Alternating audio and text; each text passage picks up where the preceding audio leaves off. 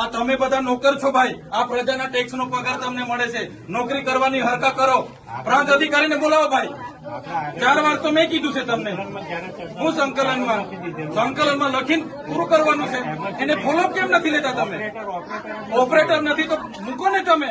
Operator મેં મૂકો આવીશ. એમાં એવું છે ઓપરેટરમાં એ લોકો પ્રાંત અધિકારીને બોલાવો. એ લોકો પરીક્ષા લે, પરીક્ષાનો પાસ થાય પછી ઓપરેટર. તો ત્યાં સુધી અમારા લોકો અહીંયા ધક્કા ખાવાના છે.